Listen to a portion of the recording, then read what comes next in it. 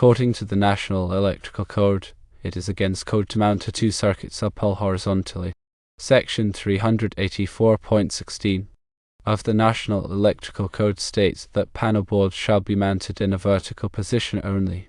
This code requirement applies to all panel boards including subpanels. The code is in place for safety reasons. Panel boards are designed to be mounted vertically to ensure proper operation and to prevent electrical hazards. Mounting a subpanel horizontally can compromise its integrity and increase the risk of electrical issues. Firstly, consider the design of the panel board itself. Panel boards are typically engineered with a specific orientation in mind. The internal components such as the breakers, busbars and wiring are arranged to facilitate efficient heat dissipation and proper electrical flow when the panel is mounted vertically.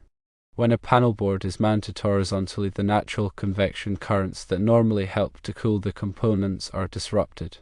This can lead to overheating, which in turn can degrade the insulation of the wires in the lifespan of the breakers. Secondly, think about the potential for physical stress on the components. A vertically mounted panel board distributes the weight of the internal components evenly along its vertical support structure. However, when the panel is mounted horizontally, the weight of the components is concentrated on the horizontal supports. Over time, this can cause the enclosure to deform or the internal components to shift, potentially compromising the electrical connections and increasing the risk of short circuits or arcing faults. Thirdly, consider the issue of labeling and accessibility. Panel boards are required to have clear and legible labels indicating the circuits controlled by each breaker. When a panel is mounted vertically, the labels are easily read from top to bottom. However, when a panel is mounted horizontally, the labels may be difficult to read or require the user to crane their neck or tilt their head to see them properly. This can slow down troubleshooting efforts and increase the risk of making mistakes, especially in emergency situations. Fourthly, consider the accumulation of dust and debris.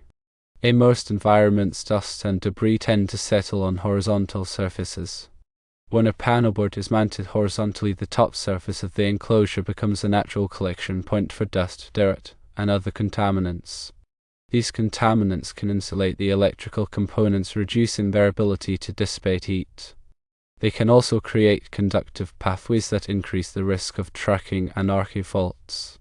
Fifthly, consider the effects of moisture. In damp or humid environments, moisture can condense on the internal components of the panel board. When a panel is mounted vertically, any condensation tends to run downwards and drip away from the electrical connections. However, when a panel is mounted horizontally, the condensation can pool on the surface of the components, increasing the risk of corrosion and electrical leakage. Sixthly, the installation instructions provided by the panel board manufacturer typically specify that the panel should be mounted vertically. Deviating from these instructions can void the warranty and increase the liability of the installer. Furthermore, the panel board may not be listed or labeled by a recognized testing laboratory, such as Underwriters Laboratories, for horizontal mounting. This means that the panel has not been evaluated for safety and performance in that orientation. Seventhly, the vertical mounting requirement helps to ensure uniformity and consistency in electrical installations.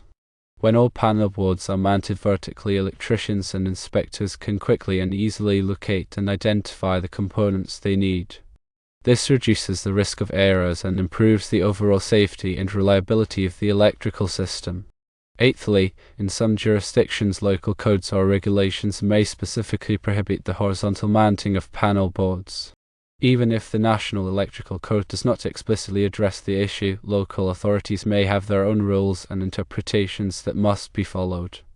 Therefore, it is always a good idea to check with the local electrical inspector before installing a panel board in any orientation other than vertical.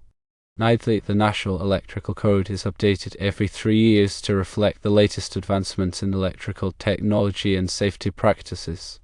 The vertical mounting requirement for panel boards has been a consistent feature of the code for many years, indicating that it is a well-established and widely accepted safety measure. Ignoring this requirement is not only a code violation, but also a disregard for the collective wisdom of the electrical industry. Tenthly, consider the potential consequences of an electrical accident caused by an improperly mounted panel board. If someone is injured or property is damaged as a result of a code violation, the installer or property owner may be held liable for the damages. This can result in significant financial losses, legal penalties, and reputational harm. Therefore, it is always best to err on the side of caution and follow the code to the letter. In summary, the National Electrical Code requires panel boards to be mounted vertically for a variety of safety and performance reasons. Mounting a subpanel horizontally can compromise its integrity, increase the risk of electrical hazards, and violate the code. Therefore, it is always best to follow the code and mount panel boards vertically unless specifically permitted otherwise by the manufacturer and a local electrical inspector. The National Electrical Code Section 384.16 is very specific and clear. The NEC is updated on a 3-year cycle. Make sure to review the latest edition of the National Electrical Code. Electrical codes are designed to ensure electrical safety. Adhering to code requirements can prevent electrical shocks, fires, and other hazards. Always consult with a qualified electrician or electrical inspector. They can provide guidance on proper installation practices and code compliance. When working with electrical systems, always de-energize the circuit before working on it. Use appropriate personal protective equipment such as gloves and eye protection. If you're unsure about any aspect of electrical work, seek professional help. Electrical work can be dangerous and should only be performed by qualified individuals. Regular maintenance and inspections can help to identify and correct potential electrical hazards. Keep electrical panels clean and free of obstructions. Ensure that all electrical connections are tight and secure. Replace any damaged or worn electrical components promptly. Properly installed and maintained electrical systems are essential for safety and reliability. By following the code and adhering to best practices, you can help to ensure the safe and efficient operation of electrical equipment. Electrical codes are in place to ensure the safety of people and property. Mounting a subpanel horizontally can compromise its integrity and increase the risk of electrical issues. Subpanels are an important part of an electrical system, providing a convenient way to distribute power to different areas of a building.